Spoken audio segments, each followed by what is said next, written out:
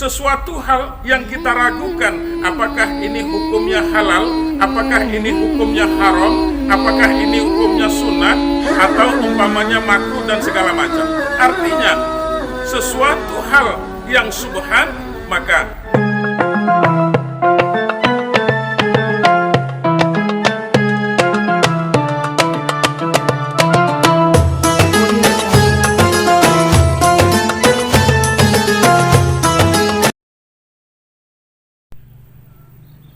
Assalamualaikum warahmatullahi wabarakatuh. Bismillahirrahmanirrahim. Alhamdulillahi rabbil alamin. Allahumma salli ala Sayyidina Muhammad wa ala ali Sayyidina Muhammad. Saudara-saudaraku yang dimuliakan oleh Allah Subhanahu wa ta'ala,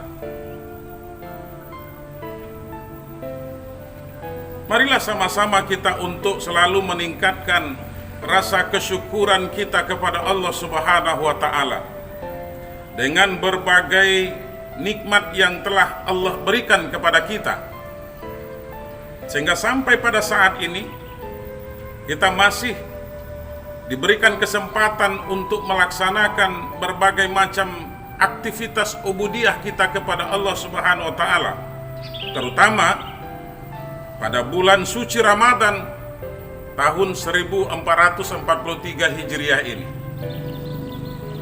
Ini patut kita berterima kasih kepada Allah tentunya, dengan segala fasilitas-fasilitas kehidupan yang telah diberikan kepada kita. Agar apa? Ketika kita pandai berterima kasih, maka kita akan lebih meningkatkan keyakinan kepada Allah Subhanahu wa ta'ala. Kemudian yang kedua, Allah berjanji kepada kita, Allah akan tambah berbagai macam nikmat yang telah engkau berterima kasih kepadaku, kata Allah Subhanahu wa ta'ala. La azidannakum, niscaya akan aku tambah, kata Allah. Salawat dan salam sama-sama kita kirimkan dan kita doakan kepada arwah Nabi besar kita Muhammad sallallahu alaihi wasallam. Allahumma salli ala Sayyidina Muhammad wa ala ali Sayyidina Muhammad. Saudara-saudaraku yang dimuliakan Allah,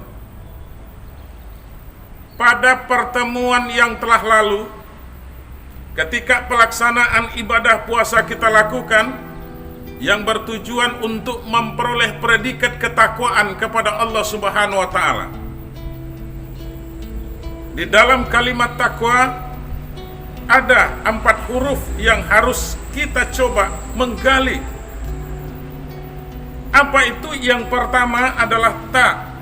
Kalimat ta, maka ini kita artikan adalah orang-orang yang tawadu, dan itu sudah kita bahas pada pertemuan sebelumnya. Kemudian huruf yang kedua adalah huruf qaf. Huruf qaf ini kita konotasikan dengan pengertian qanaah, orang yang selalu menerima pemberian Allah Subhanahu wa ta'ala dengan sukarela.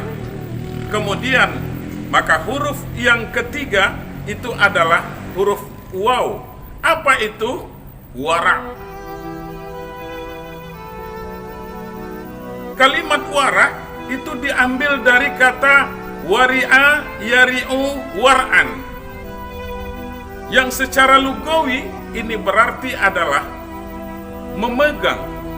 Pengertian lain, para ulama kita sudah menyimpulkan bahwa arti wara itu adalah mencegah diri kita meninggalkan sesuatu dari hal-hal yang belum jelas hukumnya, yang masih samar.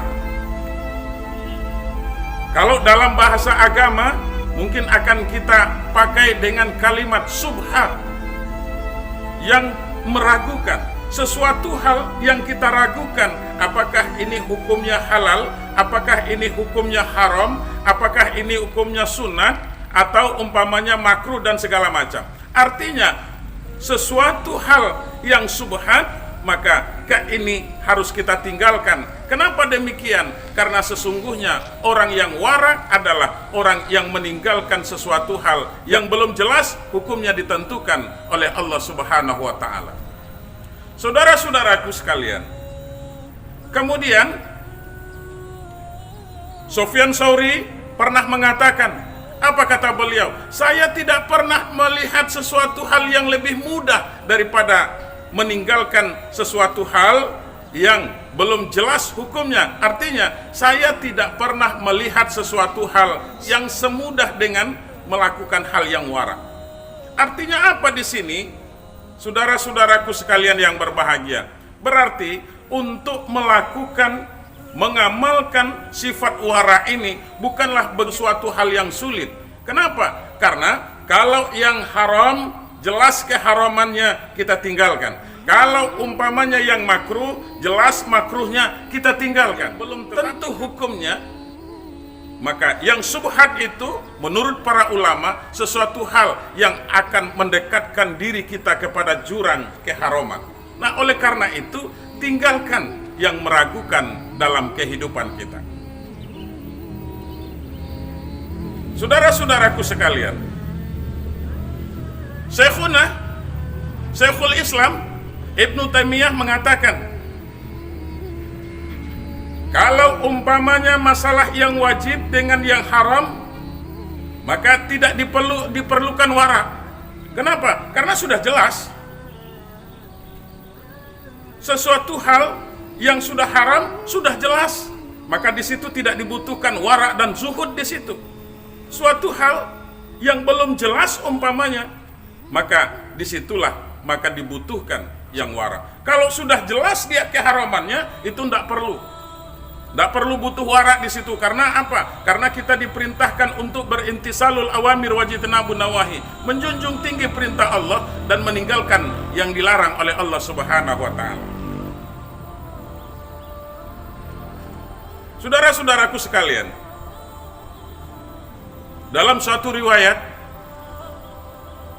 Rasulullah Shallallahu Alaihi Wasallam pernah memberikan nasihat kepada Abu Hurairah. Apa kata beliau? Ya Abu Hurairah, ketika engkau mengamalkan yang wara, maka engkau akan lebih tekun untuk beribadah kepada Allah Subhanahu wa Ta'ala. Kalau engkau meninggalkan sesuatu yang haram, maka engkau pasti akan selalu dekat dengan Allah. Kalau engkau berbuat baik kepada tetanggamu, maka engkau akan memiliki keislaman yang sangat sejati. Nah, saudara-saudaraku sekalian, oleh karenanya mari kita memiliki sifat warak ini. Agar apa? Agar di dalam kehidupan kita bisa untuk selalu mendekatkan diri kepada Allah Subhanahu wa Ta'ala. Ibadah puasa ini melatih diri kita, mengajarkan kepada kita agar kita menintrospeksi diri. Kenapa demikian? Karena sesuatu hal yang hukumnya jelas maupun tidak jelas, orang yang melaksanakan ibadah puasa pasti mereka akan terbentengi dengan ibadah puasa yang mereka lakukan. Kenapa? Karena ibadah puasa itu kan perisai. Asyamu junnah. Ibadah puasa itu adalah perisai yang akan dapat membentengi kita dari perbuatan-perbuatan yang dapat melanggar aturan dan norma-norma agama. Karena kita menjaga yang dapat membatalkan ibadah puasa kita, maupun kita menjaga diri dari hal-hal yang dapat membatalkan amal ibadah puasa kita. Ketika dalam bulan suci Ramadan, maka di situ dituntut kepada kita agar memiliki jiwa yang sportif, dalam artian menegakkan sesuatu hal yang diperintahkan oleh Allah dan meninggalkan yang dilarang oleh Allah Subhanahu wa Ta'ala. Karena ini dapat menciderai amal ibadah puasa kita. Percuma kita nanti akan melaksanakan ibadah puasa apabila kita masih tetap melakukan perbuatan-perbuatan yang melanggar aturan-aturan Allah. Maka dari itu tentu kita akan terjebak ke dalam hal-hal yang diungkapkan oleh Rasulullah, kam min shaimin laisa lahu min siyamihi ilal ju' wal atas. Berapa banyak orang yang melaksanakan ibadah puasa, mereka tidak akan mendapatkan apa-apa dari ibadah puasanya kecuali hanya sekedar mendapatkan haus dan lapar saja. Kita tentu tidak menginginkan hal itu terjadi.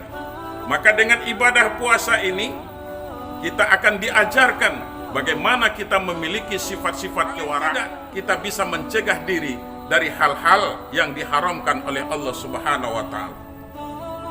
Kemudian berusaha kita untuk mencegah diri kita dari hal-hal yang sifatnya subhat. Nah, ini tentunya sangat penting di dalam kehidupan kita. Agar apa? Agar kita terlatih, agar kita terjaga dari hal-hal yang dapat memudaratkan kehidupan kita. Karena apa? Karena orang yang tidak memiliki sifat wara, maka mereka akan sering terjerumus kepada kemudaratan. Saudara-saudaraku sekalian, mudah-mudahan dengan kalimat warak ini dapat mengantarkan kita kepada predikat yang namanya takwa yang Allah sediakan bagi orang-orang yang melaksanakan ibadah puasa. Demikian saja. Wallahu muwaffiq ila aqwamit thoriq. Wassalamualaikum warahmatullahi wabarakatuh.